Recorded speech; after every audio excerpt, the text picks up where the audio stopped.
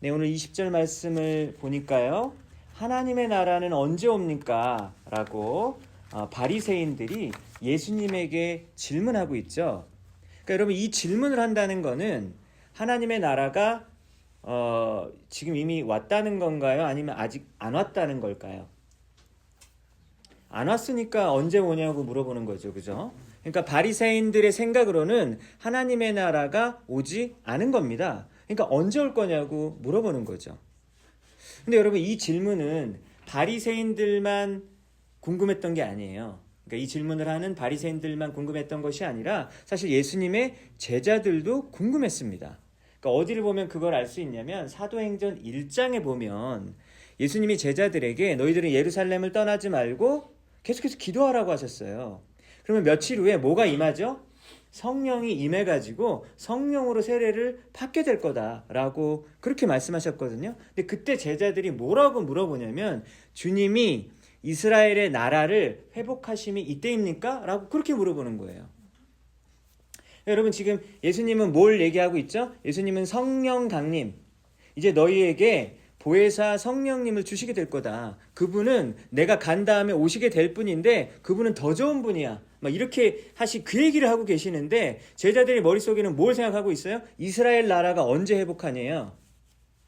그러니까 우리나라, 이스라엘 나라가 언제 도대체 회복할 것인가. 왜냐면 지금은 로마 제국의 압제하에 막 맨날 세금도 내야 되고 돈이 없는데 세금도 계속해서 막 더 내라고 하고 안 내면은 막 때리고 감금하고 뭐 이런 생활 가운데 살고 있잖아요. 그러니까 지금 이방신을 믿고 있는 로마 제국에 의해서 좌지우지 되는 이런 모습이 너무너무 싫은 거예요. 그러니까 이스라엘 나라가 언제 우리나라 국력 언제 회복할 거냐고, 국격 회복이 언제 될 거냐고 이 질문을 하는 겁니다. 예수님은 성령 강림을 얘기하고 이 사람들은 민족주의적인 이야기를 하고 있는 거죠. 그러니까 왜냐하면 아브라함에게 좋은 언약을 하나님이 주셨잖아요. 창세기부터. 언약 백성이잖아요. 이제 너희들은 언약 백성으로서 복을 받게 될 것이고, 그리고 너희가 복이 될 것이고, 그리고 너희에게 땅을 줄 것이고, 수많은 자손을 줄 거라는 그런 언약을 받았음에도 불구하고 이스라엘 역사를 구약 성경에서 보면요, 이집트에게 사로잡혀가지고 400년 동안 노예 생활했잖아요. 아수르 제국에게 붙잡혀가지고 아수르 제국이 북이스라엘을 멸망시키지 않았습니까? 바벨론 제국은 남유다를 멸망시키지 않았습니까? 그리고 나서 페르시아, 그리스, 로마 제국, 이 제국이 설 때마다 계속해서 이스라엘 민족은 식민지 생활을 해야 되는 거예요. 근데 여러분, 그 아시리아 때부터 보면요, 거의 그 기간이 700여 년에 가까운 너무 긴 세월이에요. 그러니까 도대체 뭐 해결이 될 기미가 보여지지 않고 지금 현재도 로마 압제 아래 있다는 거죠. 그러니까 믿는 거는요, 하나님이 이 세상에서 제일 강해. 우리 하나님 밖에는 다른 신이 세상에 존재하지 않아. 근데 이렇게 말을 하거든요. 그렇게 믿고 있어요. 근데 그렇게 믿고 있는데 실상은 어때요? 이방신을 믿고 있는 국가들 밑에 들어가가지고 종살이하고 돈 바치고 이러고 있으니까 얼마나 한심하다는 생각이 들 수밖에 없는 거죠. 그러니까 이렇게 능력이 없는 하나님, 도대체 언제까지 이런 모습을 지켜봐야 하는 것입니까? 라는 그런 울분이 있었다고 하는 거예요. 지금 예수님께서 오늘 누가복음에서도요, 17장에 보니까 예수님이 언제에 대한 대답을 지금 하세요, 안 하세요? 안 해요. 언제 올 거다는 얘기를 안 해요. 그리고 나서 뭘 얘기합니까? 20절, 21절 보세요. 하나님의 나라가 무엇인지에 대해서 이야기하는 거예요. 하나님의 나라의 정의에 대해서 먼저 이야기하고 있습니다. 언제 오냐라고 말했는데 하나님의 나라가 뭔지 먼저 알아야 돼. 하나님의 나라는 우리 육안으로는 보이지 않아? 그리고 너희 안에 있어 라는 이야기를 하셨습니다. 근데 여러분, 지금 오늘 본문에 나왔던 누가복음 17장에서 20절부터 읽었던 이 내용과 너무나도 비슷한 내용이 또 한 군데에서 등장을 하는데요. 그것은 바로 마태복음 12장에 보면 예수님이 한 사람을 만나 주셨는데 이 사람은요, 귀신 들렸죠? 그리고 눈이 안 보여요. 시각장애인, 그리고 말을 못해요. 왜 말을 못할까요? 귀가 안 들리니까 말을 못하겠죠? 그러니까 청각장애인이라고 볼 수 있어요. 그러니까 귀신 들리고 시각장애인, 청각장애인이니까 얼마나 힘들었겠습니까? 그러니까 영혼과 육체가 다 힘든 것이죠. 근데 여러분, 이 사람을 예수님이 만나서 완전 치유해 주셨어요. 그러니까 주위에 있는 사람들이 그걸 보면서 깜짝 놀라서 막 예수님을 우러러보고 박수치고 좋아 난리가 났죠. 그런데 그 자리에서 바리새파 사람들이 그거를 또 보고 있었는데 똑같은 장면을 보고 어떻게 해요? 시기하죠. 여러분 오늘 누가복음 17장에도 누가 나오죠? 바리새인 나와서 지금 질문했잖아요. 하나님의 나라 언제 오냐고. 그런데 마태복음 12장에도 그 놀라운 기적을 보고 그 자리에 있었던 바리새파 사람들이 또 있는 거예요. 근데 바리새파 사람들이 시기하면서 예수가 이렇게 놀라운 기적을 벌였는데 이것은 바알세불의 힘을 빌려가지고 귀신을 쫓아낸 거다라고 이렇게 비방을 합니다. 여러분 바알세불이 뭐냐면 귀신의 왕이라는 뜻이에요. 그러니까 사탄 마귀라는 뜻이죠. 그러니까 예수 너가 이런 놀라운 일을 한 것은 마귀의 힘을 빌려가지고 귀신을 쫓아낸 거다라고 비방을 합니다. 그러니까 예수님 뭐라 그래요? 사탄이 사탄을 쫓아내면 그 나라가 어떻게 서겠느냐라고 대답하시죠. 그러니까 자기가 아군을 죽일 수 없다 뭐 이런 얘기죠. 내가 하나님의 영을 힘입어 그러니까 성령을 힘입어 귀신을 쫓아내는 것이면 하나님의 나라는 너희에게 이미 왔다라고 이렇게 예수님이 이야기하는 거예요. 여러분 지금 얘기한 게 몇 장 얘기라고요? 마태복음 12장 이야기예요. 자, 근데 여기에 중요한 내용이 담겨 있어요. 하나님의 나라만 나라가 아니다. 마태복음 12장을 보니까 누구도 나라가 있어요? 사탄도 나라가 있다라는 것을 우리는 알게 되는 거예요. 왜요? 방금 사탄이 사탄을 쫓아내면 그 나라가 어떻게 유지되냐라고 예수님이 말했잖아요. 그 나라가 누구 나라예요? 사탄 나라예요. 바알세불의 나라. 그러니까 사탄도 나라가 있는 거예요. 그러니까 Kingdom of God도 있고 Kingdom of Satan도 있는 것입니다. 근데 여러분 그래서 이 사탄의 나라가 있는데 여기서 귀신을 예수님이 쫓아냈죠. 그러니까 사탄 마귀가 그 사람을 붙잡고 있었다는 것은 왕으로 통치했다는 얘기죠. 그 사람을 왕으로 통치하고 그 다스리는 영역, 테러토리, 그 다스리는 영역이 어디예요? 그 나라가 사탄의 나라겠죠. 그 통치 영역이 사탄의 나라입니다. 그럼 사탄의 나라는 어디인가? 장소적인 개념이 아니라 귀신 들린 자라는 것을 알 수 있어요. 그러니까 여러분 사람이 사탄의 나라도 될 수 있고 하나님의 나라도 될 수 있는 거죠. 그러니까 왜냐하면 사탄이 통치하는 영역이 그 사람의 인생을 아예 사로잡고 있었으니까요. 그렇기 때문에 귀신 들린 자가 바로 그의 육체와 영혼이 귀신의 통제를 받고 다스림을 받았기 때문에 거기가 바로 사탄의 나라였다라는 것을 알 수 있습니다. 여긴 어디예요, 여러분? 풀만입니다. 풀만은 어디 나라죠? 미국이에요. 미국이라는 말이 무슨 얘기입니까? 미국의 연방정부가 통치하는 그 영향력이 미치는 영역이죠. 그렇죠, 여러분? 여기서 다른 나라의 영향력이 감히 미칠 수가 없습니다. 여기는 미국 땅이라는 것이죠. 여러분 예수님이 하신 일은 그러면 무슨 일입니까? 사탄이 왕으로 통치하고 있었던 그 사람에게 가셔갖고 그 왕을 쫓아낸 거죠. 그 귀신을 쫓아내서 그리고 그 자리에 새로운 왕이신 예수 그리스도가 들어서게 된 거예요.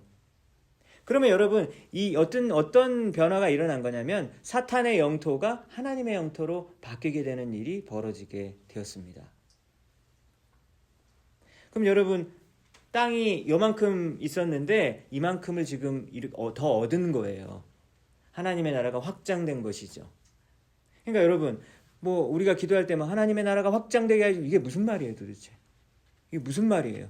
귀신의 통치를 받고 있는 자의 그 왕을 쫓아내고 그곳에 하나님을 새로운 왕으로 세우는 거예요. 그러니까 전도하고 선교하고 우리가 하나님의 일들을 감당하는 것이 하나님의 나라가 확장되어지는 것이죠. 그래서 마태복음 12장 28절에 보면 내가 하나님의 성령을 힘입어 귀신을 쫓아내는 것이면 하나님의 나라가 이미 너희에게 임하였느니라. Kingdom of God has come upon you 이렇게 돼 있어요. 하나님의 나라가 이미 너에게 왔다는 거예요. 그러니까 하나님의 나라는 이런 지형적인 그런 땅이 아니라 영혼들에게 우리 사람에게 임하는 것이구나. 그리고 여기 보세요. 하나님의 나라가 이미 임했다 그래요? 그렇죠? 예수님이 귀신 쫓아내는 것을 믿는 사람한테는요. 하나님의 나라가 이미 임한 거예요, 여러분.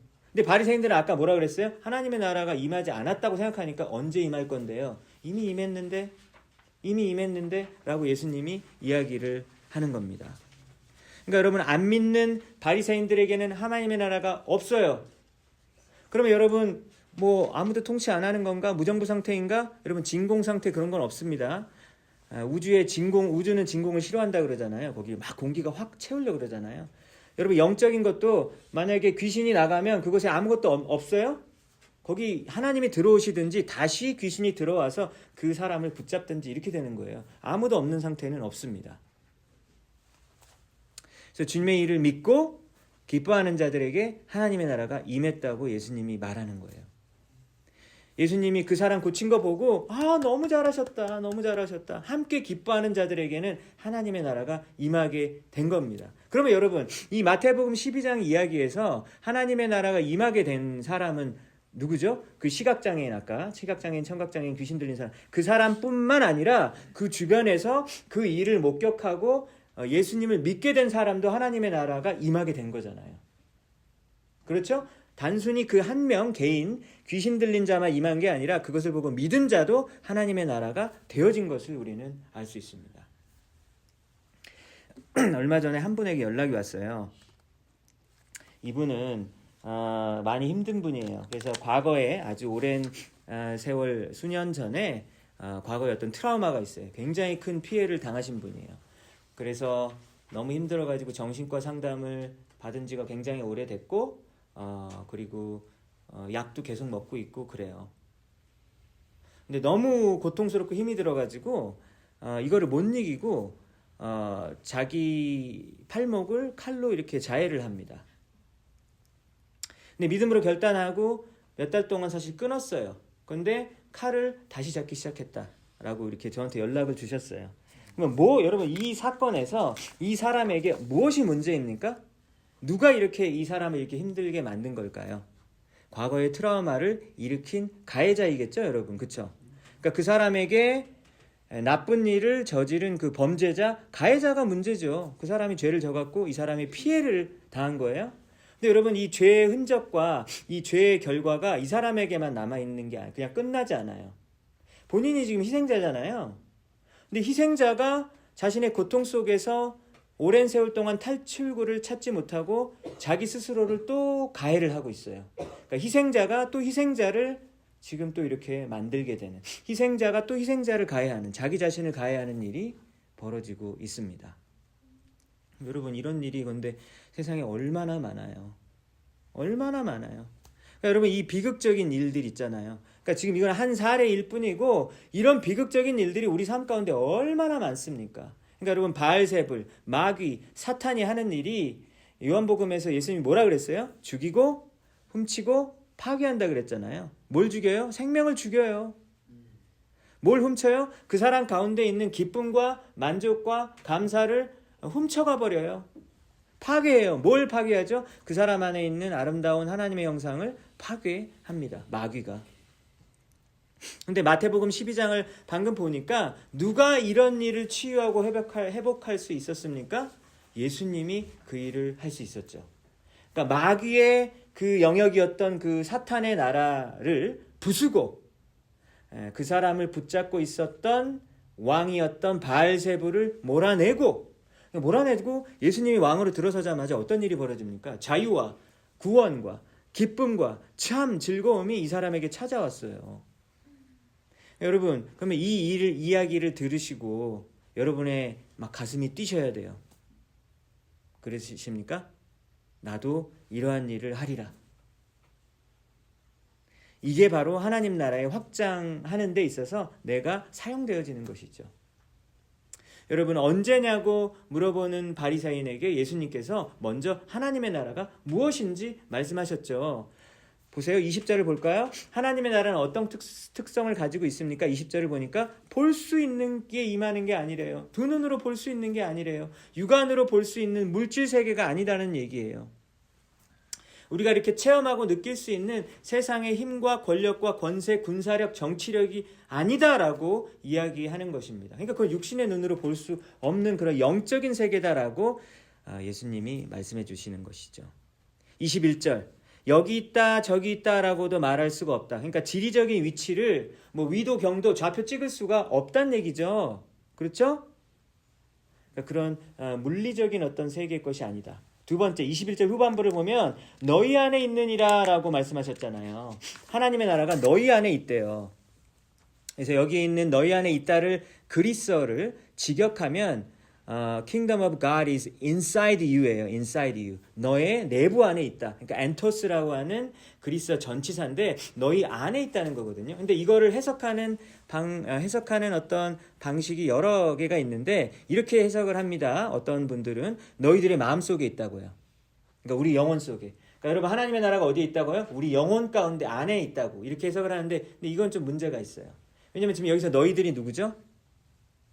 20절 보세요, 여러분. 너희들이 누구라고 그랬죠? 바리새인들이죠. 그럼 바리새인들의 마음속에 하나님의 나라가 임해 있어요? 그건 아니잖아요. 그러니까 이 해석은 문제가 있는 거예요. 그러니까 하나님의 나라가 너희 영혼 가운데 있다, 너희 마음 안에 있다라고 하는 그 해석은 받아들이기가 힘듭니다. 그래서 ESV 성경에서는 NIV 성경과는 달리 Kingdom of God is in the midst of you 이렇게 얘기를 해요. In the midst of you. 그러니까 너희들 가운데, 너희 무리 안에 있다라고 이렇게 얘기하는 거예요. 너희 무리들 안에. 근데 바리새인들 무리잖아요. 바리새인들 무리 안에 예수님이 어떻게 하나님의 나라가 어떻게 세워져? 그런데 그 안에 예수님의 하나님의 아들이시고 예수님이 능력을 발휘하셔서 귀신 들린 자를 쫓아낼 수 있는 것을 믿으면, 마음을 열어서 받아들이면, 심지어 바리새인들 같이 그렇게 회칠한 무덤 같은 자들 가운데에도 하나님의 나라가 임할 수 있죠. 실제로 우리는 사내들인 공의의 회원 니고데모 같은 사람들, 아리마대 사람 요셉 같은 사람들이 예수님을 믿고 따르는 자로 변화되는 걸 보잖아요. 복음서에서. 그렇지 않습니까?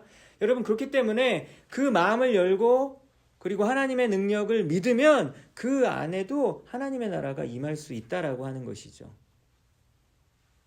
그래서 여러분 이것이 바로 교회가 할 일이고 그리스도인들의 삶의 방향이고 목적입니다. 하나님의 나라를 확장하는 거예요, 여러분. 어떤 분이 혹시 여러분 주위에서 정신적으로 많이 고통을 당하고 계시고 힘들어하는 분이 있어요, 없어요? 당연히 있죠, 여러분. 조금만 눈을 돌려보면 되게 마음이 힘들고 우울하고 그리고 슬픔 가운데 잠겨있는 분이 당연히 있어요, 여러분. 당연히 있어요. 어떻게 해요, 그러면? 가만 냅둬. 아이, 저 사람은 원래 저래. 그냥 내비둬요? 내비둘까요? 안 되잖아요, 그쵸? 그러니까 그분에게 사랑을 전해야죠. 방금 얘기했던 것이 저한테 그 연락이 왔어요. 그럼 제가 뭐라 그래요? 아이고, 어떡해. 왜 그러냐, 너 진짜. 또 그러냐? 뭐 이렇게 하고 넘어갈까요? 그러면 안 되잖아요. 제가 할 수 있는 일을 뭔가를 찾아야겠죠, 그죠? 정말 열심히 기도를 하고 하든지, 아니면 만나서 막 이야기를 하고, 함께 막 어떻게 하든지. 여러분, 그런 사람들에게 여러분들이 따뜻한 관심과 그리고 여러분들이 줄 수 있는 그것을 나누어 주시는 것이 바로 하나님의 나라를 확장하는데 쓰임받는 줄로 믿습니다. 여러분 주위에 신앙적으로 정체되어 있는 사람들이 있어요, 없어요? 없어요? 다 성령 충만하세요? 많잖아요, 그렇죠?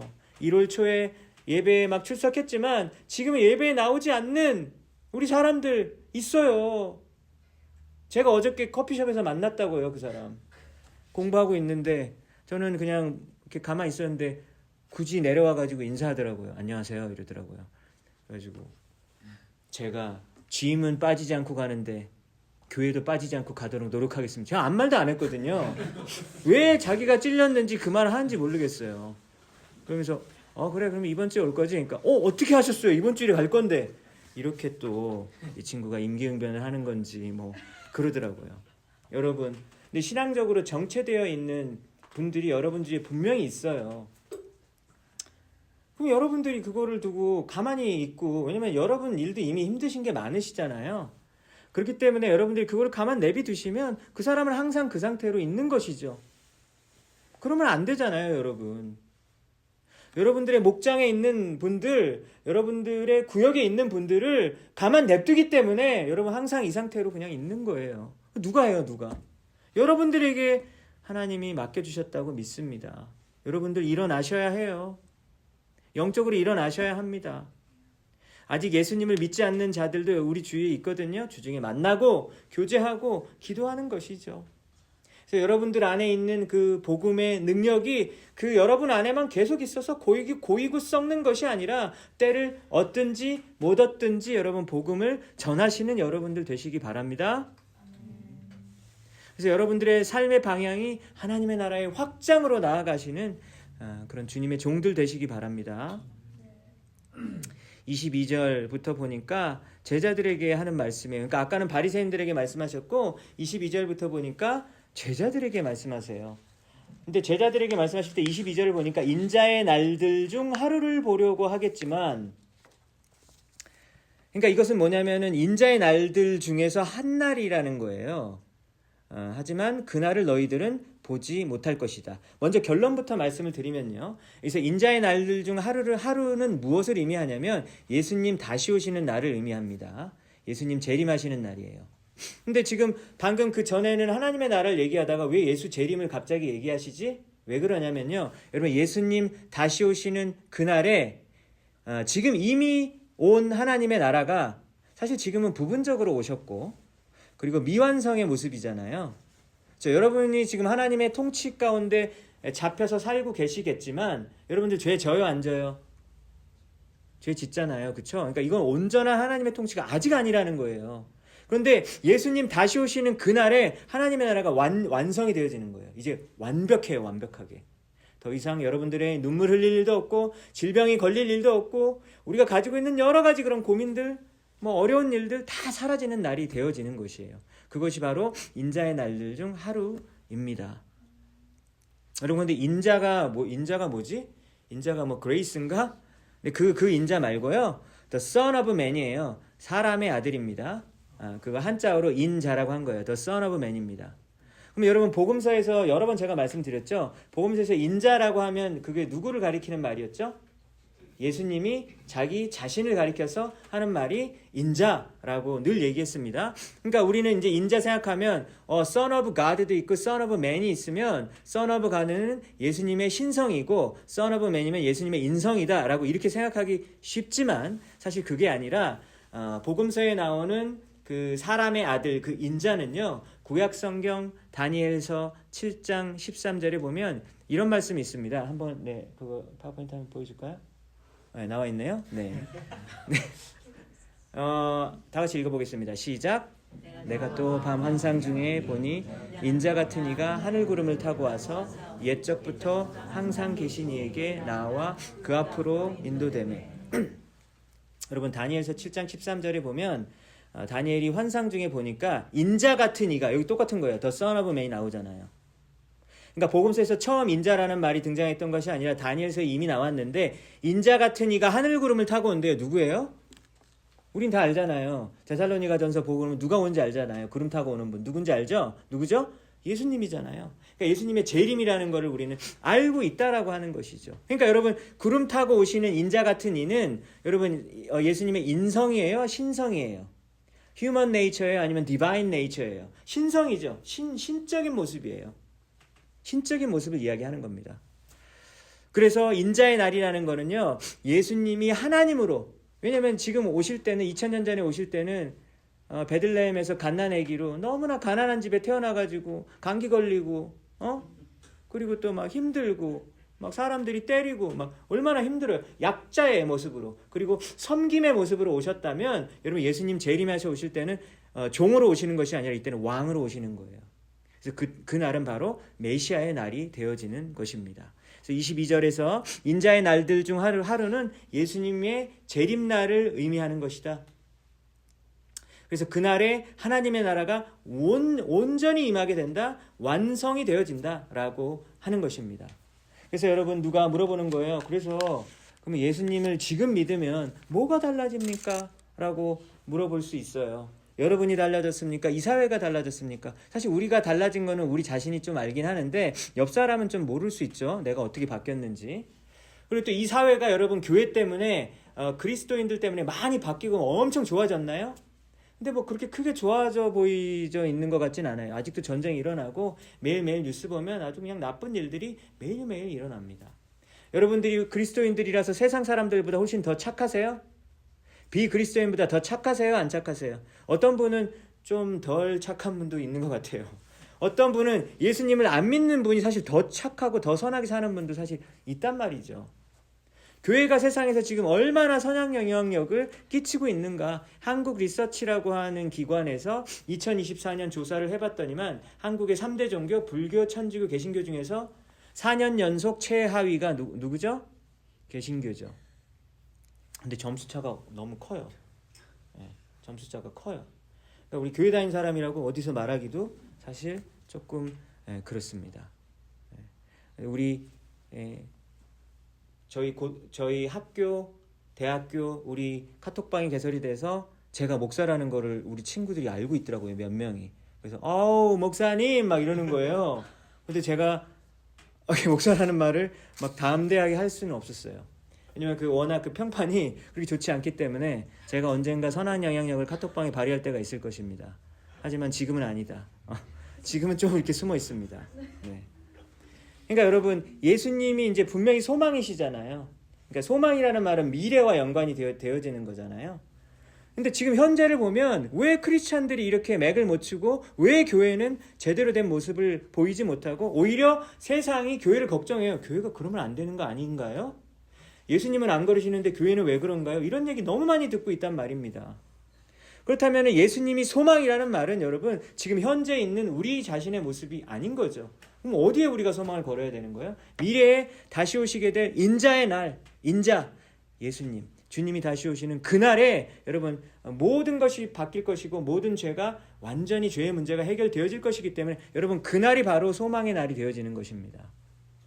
그러니까 여러분 우리는 그것을 소망해야 되는 거예요. 23절을 보니까 예수님께서 인자의 날에 대해서 말씀하시기를 저기 있다 보라 여기 있다 보라 아까 하나님의 나라 얘기했던 것처럼 그렇게 할 수 있는 것이 아니다. 너희는 누가 혹시 그렇게 있다고 하면 가지도 말고 따르지도 말라 이렇게 돼 있죠. 그러니까 종말을 가지고 장난치는 사람들이 있다는 얘기예요. 종말을 가지고 유혹하는 사람들이 있기 때문에 미혹이 되면 안 된다라고 하는 얘기예요. 제가 며칠 전에 WSE를 걸어가고 있는데 두 사람이 이렇게 계속 오고 있었어요. 근데 넥타이를 메고 있길래 몰몬교인가 보다라고 생각했는데 약간 복장이 좀 달라. 왜 검은색 넥타이가 아니라 좀 다른 색깔 넥타이라서 다른 건가? 근데 그 사람이 계속 저를 쳐다보는 거예요. 그래서 저는 제가 지목당할 거를 알고 있었어요. 그래서 점점 거리가 좁혀져서 저는 눈을 계속 피했어요. 그렇지만 그 사람이 결국은 나를 딱 부르면서 하이 이러는 거예요. 그러면서 자기가 하고 싶은 얘기가 있대요. 그러면서 Church of God 어쩌고 저쩌고 하면서 Mother God에 대해서 이야기하고 싶다는 거예요. 하나님 어머니, 하나님 아버지가 아니라 하나님 어머니 Mother God에 대해서 이야기하고 싶대요. 미국 사람인데 그런데 이거는 어디 교입니까, 여러분? 하나님 어머니 말하는 데가 안상홍교라는 게 있거든요. 안상홍이라는 한국 사람, 그 사람이 이제 교주인데 그 사람이 이제 재림 메시아라고 그 사람들은 믿고 있어요. 그런데 죽었어요. 1988년에. 왜 죽으면 안 되는데, 그죠? 네. 진짜 메시아면 죽으면 안 되는데 부활하든지. 근데 부활 안 하고 아직까지 이제 없죠 지금. 근데 1988년에 안상홍이 사망을 했는데 3년 후에 세상에 종말이 올 거라고 믿고 있었어요. 근데 3년 후에 종말이 왔어요, 안 왔어요? 안 왔잖아요. 지금 2025년이니까 가지고 교리를 바꿨어요. 틀리니까. 그래서 그들은 어떻게 이야기하냐면 안식일과 유월절과 오순절을 지키는 자만 심판 때 구원을 받을 거다라고 그렇게 믿고 있어요. 그게 그들의 종말론이에요. 그리고 하늘어머니 장길자라는 분이 있어요. 장길자. 이 장길자라는 분을 믿는 사람만이 구원을 얻게 된다. 이렇게 믿고 있어요. 근데 여러분 이 사람들이 지금 풀만에도 돌아다니고 있다. 그리고 몰몬교도 굉장히 강력하고 여러분 계속해서 지금 많이 돌아다니고 있어요. 근데 이거를 종말을 가지고 여러분 거짓된 것으로 여러분들에게 접근해 왔을 때 미혹이 되면 안 된다라고 하는 겁니다. 그러니까 방심하면 안 되고 그리고 성경을 알아야죠. 성경을 알아야지 우리가 미혹당하지 않을 수 있는 것이죠. 24절을 볼까요? 번개가 하늘 아래 이쪽에서 번쩍이고 저쪽에서 번쩍임 같이 인자도 그리하리라. 여러분 이것은 뭐냐면 번개가 싹 위에서 하늘에서 치면 밑에 있는 사람들이 그 번개 치는 모습을 다 볼 수 있잖아요. 예수님이 다시 오시는 그 날에는 예수님 다시 오시는 거를 온 전 세계 사람들이 다 안다라는 이야기예요. 그래서 데살로니가서에서는 뭐라고 얘기합니까? 나팔 소리가 막 들린다 그랬는데 얼마나 소리가 큰지 온 세상 사람들이 다 듣게 될 것이에요. 그러니까 어떤 사람이 하나님 진짜 왔어? 예수님 진짜 왔어? 모르는 사람도 있고 아는 사람도 있고 그런 게 아니에요. 다 알 수밖에 없는 전 지구적인 일이 벌어지게 될 것이다 라는 의미입니다. 그리고 여러분 그 다음에 보면 노아의 날과 같이 될 거다, 롯의 날과 같이 된다 이런 얘기가 나오잖아요. 그죠? 그러니까 이것은 무슨 의미냐면 노아의 날 때 노아 시대 사람들이 홍수 날 그날까지 뭐 했어요? 먹고 마시고 장가가고 시집갔어요. 여러분 홍수 심판이 올 줄 알았다면 결혼해요 안 해요? 홍수 심판이 와도 결혼하고 싶죠 우리 청년들은. 그쵸? 네 알겠어요. 그건 알겠는데 근데 홍수 심판이 내일 와. 내일 오면은 오늘 결혼하면은 또 내일 휩쓸려가 다 죽을 거 아니에요.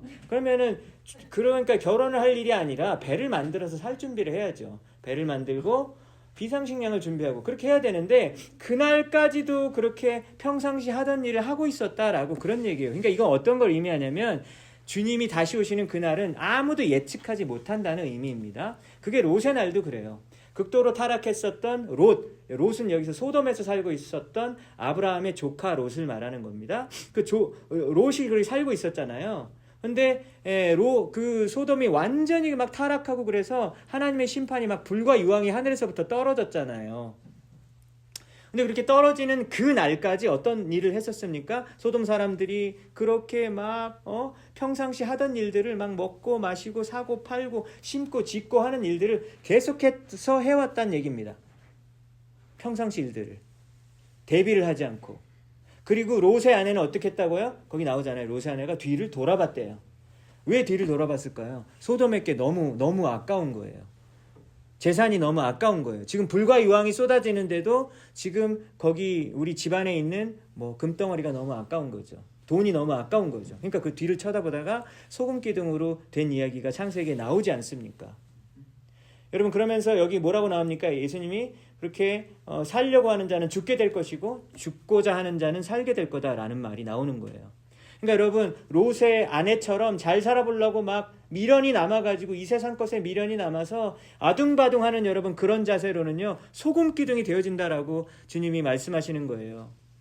예수님이 지금 오늘 밤에 오실 수도 있어요. 내일 올 수도 있잖아요. 그러면 우리가 어떻게 살아야 된다고요? 우리 목숨을 잃을 각오를 하고 살아야 된다라고 지금 예수님이 말씀하시는 겁니다.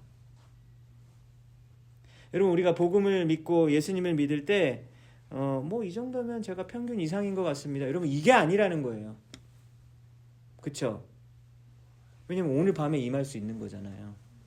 내일은 없어요. 근데 뭐 어떻게 우리가 나 정도면 뭐 그래도 꽤 괜찮은 어떻게 안주하며 사냐라고 하는 것입니다. 그런데 여러분 우리가 아무리 이렇게 얘기해도 그냥 살아요, 여러분. 그러니까 왜냐하면 앞으로 뭐 한 5년, 10년, 20년 뭐 계속 있을 거라고 생각하는 거죠. 그러니까 우리가 이런 메시지를 계속해서 듣지만 실제로 믿지 않기 때문에 우리가 복음을 믿는 데 있어서 오늘 하루에 최선을 다하지 않고 그리고 정말 목숨 거는 자세로는 하지 않는다라고 하는 것입니다. 우리가 목숨을 걸지 않으니까 생명이 나올 수가 없는 것이죠. 죽는 곳에만 생명이 난다 그랬잖아요, 예수님이. 그렇죠? 예수님이 십자가에 죽으셨으니까 지금 전 세계에서 2000년 동안 수많은 사람들이 살지 않았습니까? 근데 우리가 안 죽으면요, 우리 주위에 있는 사람들이 살 수가 없어요, 여러분. 당연히 못 살죠. 우리 막 살라고 아둥바둥 하니까. 지금 저 살기도 바빠요. 제 코가 석자예요. 그러니까 나도 죽고 옆에 사람도 다 죽는 거예요. 근데 여러분 내가 죽으면 내가 죽은 것 같지만 내 안에 계신 예수 그리스도가 살아나고 내가 죽으면 주위 사람들도 살아납니다. 같이 사는 거예요. 내가 죽을 때에만. 그래서 오늘 여러분 맥체인 성경 오늘 날짜 골로새서 3장을 보니까 이런 말씀이 있었잖아요. 너희가 그리스도와 함께 다시 살리심을 받았으면 위의 것을 찾으라. 거기는 그리스도께서 하나님 우편에 앉아 계시느니라. 그러니까 위의 것을 생각하고 땅의 것을 생각하지 말래요. 그러면 땅의 것은 뭘 의미합니까? 음란, 부정, 사욕, 정욕, 탐심이래요. 그리고 탐심은 우상 숭배라고 했습니다. 여러분 오늘 이 말씀을 기억하시면서 주 예수 그리스도께서 당장 오늘 밤에 오실 수도 내일 오실 수도 있다. 그렇다면 여러분 오늘 밤에 주무시고 나서 내일 하루를 사실 때 정말 내일 하루에 최선을 다해서 하나님의 영광을 위해서 살아가셔야 하겠죠? 여러분 그렇게 말씀을 듣고 결단하며 순종하는 여러분들 모두가 되시기를 주님의 이름으로 축복합니다.